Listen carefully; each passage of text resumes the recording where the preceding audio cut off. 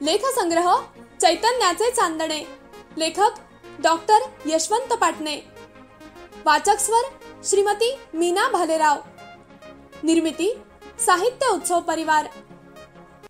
लेख 18. औंधचा मुलखावेगळा राजा श्रीमंत बाळासाहेब पंतप्रतिनिधी.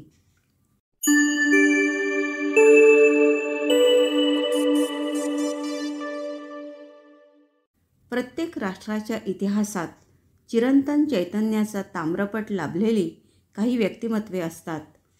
ती मानवी संस्कृतीच्या विकासाला उंचीवर नेतात. स्वातंत्र्यपूर्व 8 वर्ष आपल्या संस्थानात निर्धाराने गांधीवादी ग्रामराज्याच्या प्रयोगाचा प्रारंभ करणारे औंधचे राजे भवानराव उर्फ श्रीमंत बाळासाहेब पंतप्रतिनिधी आजही आपल्यासमोर मानस्तंभासारखे उभे राहतात. एक प्रयोगशील उपक्रमशील राजे म्हणून त्यांनी मानवतेची मुद्रा उमटवली. आपल्या संस्थानात 42च्या लढ्यातील क्रांतिकारकांना उदार आसरा देणारा हा राजा स्वतःला छत्रपती शिवरायांचा पाईक समजायचा. शिवरायांच्या जीवनचरित्रावर हा राजा स्वतः कीर्तने करायचा. स्वदेश स्वधर्म यांचा संदेश देणारा हा राजा रयतेवर लेकराप्रमाणे प्रेम करायचा. अस्पृश्यतेचे त्याला वावडे होते.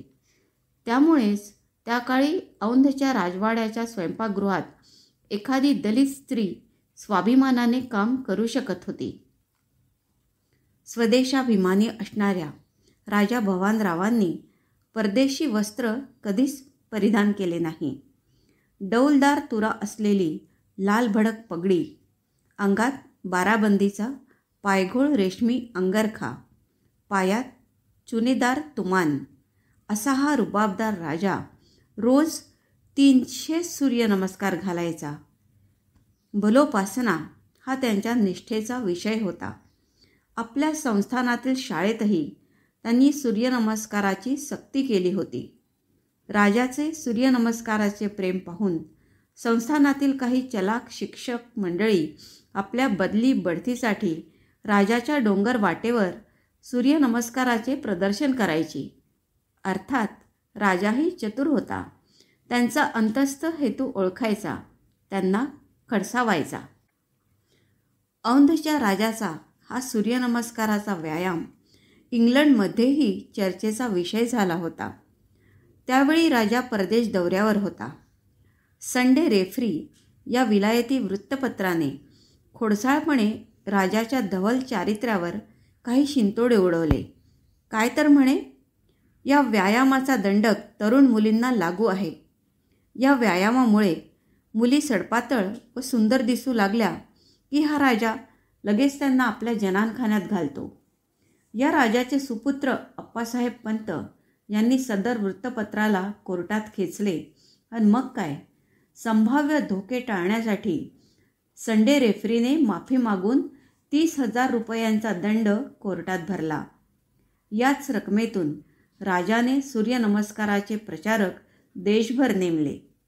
न्यूज क्रॉनिकल या इंग्लंडच्या दैनिक वृत्तपत्राने तर सूर्यनमस्कारावर 6 लेख प्रसिद्ध केले. 1937 या लेखांचेच रूपांतर 10 पॉइंट वे टू हेल्थ पूर्ण आरोग्यासाठी 10 आसने या पुस्तकात झाले. विशेष चमत्कार म्हणजे या पुस्तकाच्या 22 आवृत्त्या निघाल्या. औंधच्या राजाच्या प्रोत्साहनामुळेच बेळगावात सायकल रिपेअरिंग व नांगराचे फाळ तयार करणाऱ्या किर्लोस्कर बंधूंच्या प्रचंड उद्योग समूहाची पायाभरणी औंध संस्थानात झाली. हा राजा कुशल प्रशासक होता, संस्कृतीचा उपासक होता आणि कलांचा भक्त होता. तो परिसस्पर्शी होता. झाले असे, कुंडलच्या शाळेतला एक पोरगा भलताच वात्रट होता. भल्या भल्यांच्या खोड्या काढायचा, नकला करायचा, अगदी राजाचीही. पहाडी आवाजात गायचा. राजाने त्याच्या पाठीवर मायेने हात ठेवून सांगितले, नकला ठीक पण टिंगल नको. अरे बाळ, जगदंबेने तुला उत्तम आवाज दिला आहे. या दैवी देणगीचा उपयोग लोकसेवा, लोकजागृती, पतितोद्धारासाठी कर. तुझे कल्याण होईल. राजाचा आशीर्वाद फलद्रूप झाला. हाच मुलगा पुढे स्वातंत्र्यशाहीर शंकरराव निकम म्हणून मान्यता पावला. ग. माडगूळकर हे सुद्धा औंध संस्थानातील बोर्डिंगचे विद्यार्थी. जगदंबेच्या परडीतले अन्न खाऊन आपल्या संस्थांचे नाव उज्ज्वल करणारा अभिजात कलावंत म्हणून गदिमांबद्दल राजा भवानरावांची छाती अभिमानाने फुलायची. असंख्य गोरगरीब पोरांना आपल्या खास पंक्तीत बसवून पंचपक्वान्नाची मेजवानी देणारा हा राजा मनाने मोठा दिलदार होता.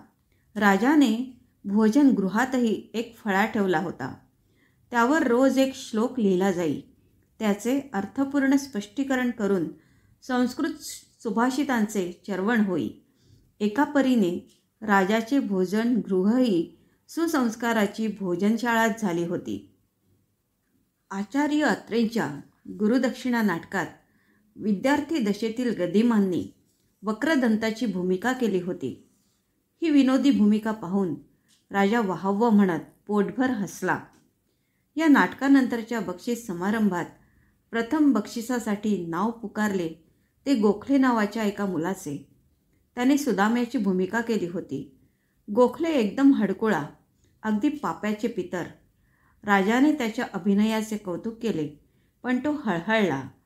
औंध संस्थानात सुदाम्याचं काम करण्यासाठी असा विद्यार्थी सापडावा याचं आम्हाला फार वाईट वाटतं.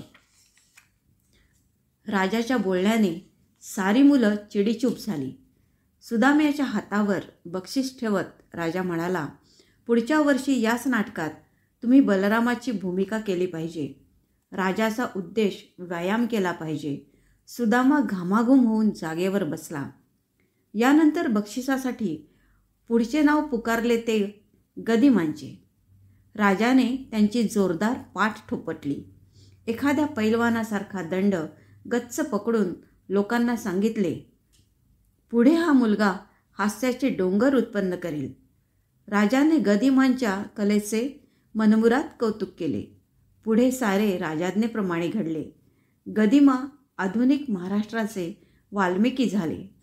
गीत रामायणातून घराघरात झंकारत राहिले. त्यांच्या ग्रंथांना, चित्रपट कथांना, गीतांना अनेक पुरस्कार लाभले. गदिमांचीच कथा असलेला दो आखे 12 हात चित्रपटाला राष्ट्रपतींचे सुवर्णपदक लाभले. या चित्रपटातील गुन्हेगारांना माणुसकीने वागविण्याचा प्रयोग औंधच्या राजा भवानराव यांनी प्रत्यक्ष संस्थानात राबविला होता. गदिमांनी तोच प्रयोग या चित्रपट कथेसाठी वापरला आणि औंधच्या मुलखावेगळ्या राजाचा रुपेरी सन्मान झाला. पण अनेकांना दृष्टी देणारा हा राजा मात्र दो आखे 12 हातचा सन्मान पाहू शकला नाही. कारण त्यापूर्वीच 13 एप्रिल 1951 रोजी भर दिवसा हा औंधचा आदित्य दृष्टीआड झाला होता.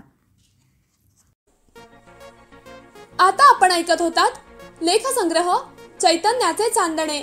लेखक डॉक्टर यशवंत पाटणे. वाचक स्वर श्रीमती मीना भालेराव.